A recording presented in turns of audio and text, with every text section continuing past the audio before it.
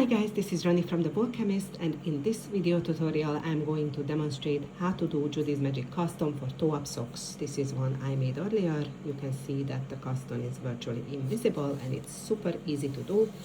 So let's get on with it. We will need our sock yarn and knitting needles. I'm using an 80 centimeter circular in size 2.25 because I'm quite a loose knitter. We will hold our needle in our right hand with both of the points facing the left, and we need an approximately 10 inches 25 centimeter tail of the sock yarn. The first stitch is being performed by just placing the yarn over your back needle. So we've got two needles. This is the front, which is closer to your body, and this is the back, which is further away from you. We are placing this yarn over the back needle in a way that our 25 centimeter or 10 inch yarn tail, so this is the cut end, is coming down in between the needles towards you, and your working yarn is going to be in the back. You place your index finger over that. That's actually your first stitch already on the needle, and you just hold it in place with your index finger.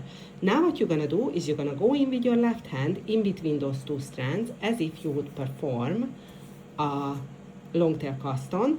So you're going to place your index finger and your thumb in between those two, like so. Spread them out like this, and then you can just hold the rest of it in your palm like that. You just need to make sure that you can tension these two strands like that. Once you are in position, we're gonna start by casting on the first stitch on the front needle, which is the one closer to your body. And the way to do it is by going over the yarn and then hooking it in between the two needles. That's your first stitch cast on. To cast on your second stitch on the back needle, you are going to go over the front yarn, and you're gonna get this yarn to go once again in between the two needles. So once again, for the front needle, we go over the back yarn and get it in between the stitches. And for the back needle, we go over the front yarn and get it in between the stitches. It's like a little dance, over and in between, over and in between, over and in between. If you get confused where you are at, just count your stitches. I have 4 on the back and 4 on the front, and you remember that we started with the back needle. So the back needle should always have the first stitch. So if they are both equal, we have to go with the back needle next. And the back needle will always get the yarn from your front finger. Now we have one more stitch on the back needle, so the next one is going to be the front needle, and the front needle will get the yarn from the back finger. Over and in, over and in, over and in. It's just that easy. Over and in, over and in. We need, for my sock pattern that I'm doing, we need 15 stitches of each of the needles, so 30 in total. So I'm going to continue to do this until I have 15 stitches on each of the needles. Sometimes I have to just pause for a second to make sure I have enough. I have 10 at the moment on both, I think. 1, 2, 3, 4, 5, 6, 7, 8, 9, 10. Yeah, so once again, I'm going to start with the back needle. 11, 12,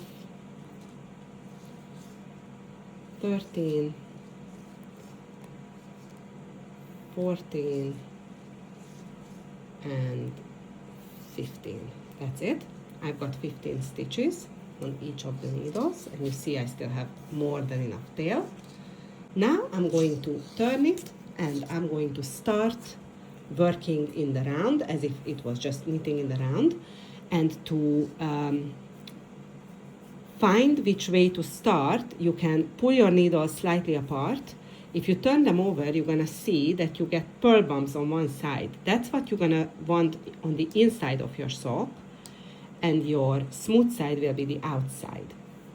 So we want to start working on these stitches first, and for that reason, I'm going to pull out my other needle to start the magic loop technique. So I bring it around like so.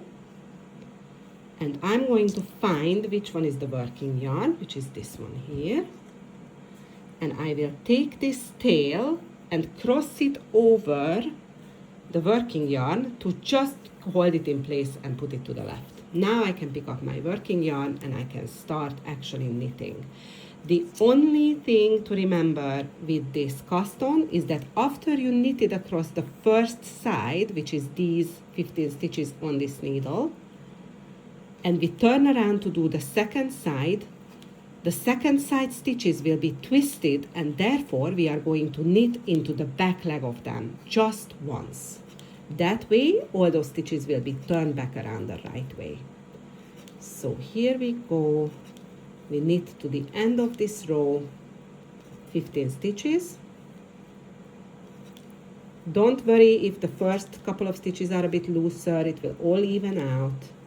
And then you turn it around, you pull this needle back, ready to work, and pull this needle out, ready to work with.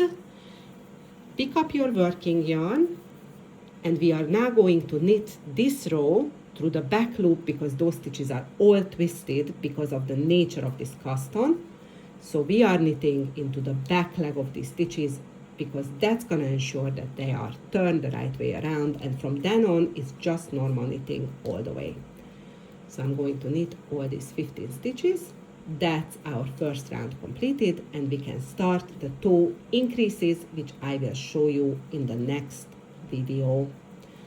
Here we go, 1, 2, 3, 4, 5, 6, 7, 8, 9, 10, 11, 12, 13, 14, 15. That's us. Completed Judy's magic cast on and the first round of knitting, and I'm going to show you how lovely it looks. Here we go. It is like back-to-back lovely knitted stitches, and the other side is purled. That's it. That's our toe. Find me in the next video where we can start knitting it around and creating these lovely toe increases to make our socks toe.